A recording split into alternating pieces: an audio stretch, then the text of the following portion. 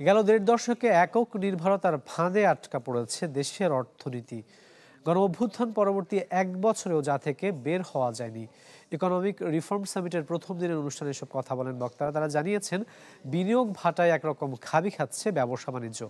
এ সময় নতুন অর্থনৈতিক মডেলের প্রয়োজনীয়তা তুলে ধরেন সাবেক বাণিজ্যমন্ত্রী আমির খসরু মাহমুদ চৌধুরী। তার মতে, আমলাদের হস্তক্ষেপ আর অফলাইন সেবা কমানো গেলে তবেই কমবে দুর্নীতি।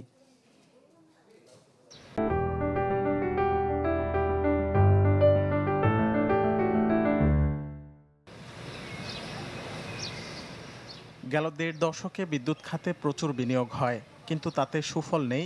উল্টো বহন করতে হচ্ছে ক্যাপাসিটি চার্জের বোঝা। আমদানি করতে হচ্ছে ৬৫% বিদ্যুৎ। আর জ্বালানির প্রধান উৎস দেশজ গ্যাস, কয়লা ও সোলারের সম্ভাবনা রয়ে গেছে অধরা। ফলে গণ অভ্যুত্থান পরবর্তীতে কঠিন পরিস্থিতির মুখোমুখি জ্বালানি ব্যবস্থা। ইকোনমিক রিফর্ম সামিটে উঠে আসে জ্বালানির অনিশ্চয়তার বিষয়টি।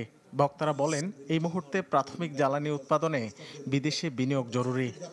বিনিয়োগ পরিবেশ আর বিনিয়োগ এত মাল্টি ডাইমেনশনাল। এখানে ইনফ্রাস্ট্রাকচার আছে, ট্যাক্সেশন আছে, ট্যারিফ আছে, রিসেন্টলি এনভায়রনমেন্টাল গভর্নেন্স ইস্যুস আছে, ট্রেড অ্যান্ড ইনভেস্টমেন্টের রিলেশনশিপ আছে। এখানে যদি investment climate improvement reforms programme না থাকে, কর্মসূচি ইনক্রিমেন্টাল ছিটে ফেটে ইমপ্রুভমেন্ট দিয়ে এখানে কোনোদিনই আগানো যাবে না। বক্তারা বলেন, বৈদেশিক মুদ্রায় পোশাকে অতি নির্ভরতায় ঝুঁকি বাড়ছে। তাই বিকল্প শিল্পে জোর দিতে হবে। এজন্য নীতির ধারাবাহিকতা ও কমপ্লায়েন্স নিশ্চিতের বিকল্প দেখছেন না তারা।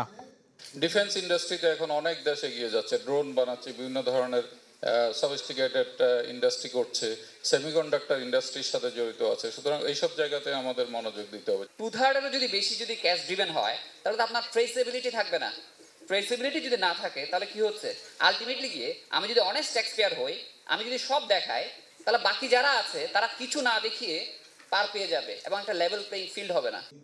এ সময় সাবেক বাণিজ্যমন্ত্রী আমির খসরু মাহমুদ চৌধুরী জানান, অর্থনৈতিক সংকট কাটাতে দরকার নতুন মডেল, যেখানে শুধু ব্যবসার পরিবেশ নয়, উন্নত হবে সাধারণের জীবনমান।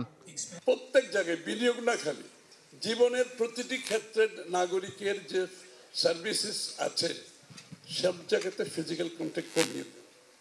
কেউ আজকাল গভর্নমেন্ট অফিসে যায় না।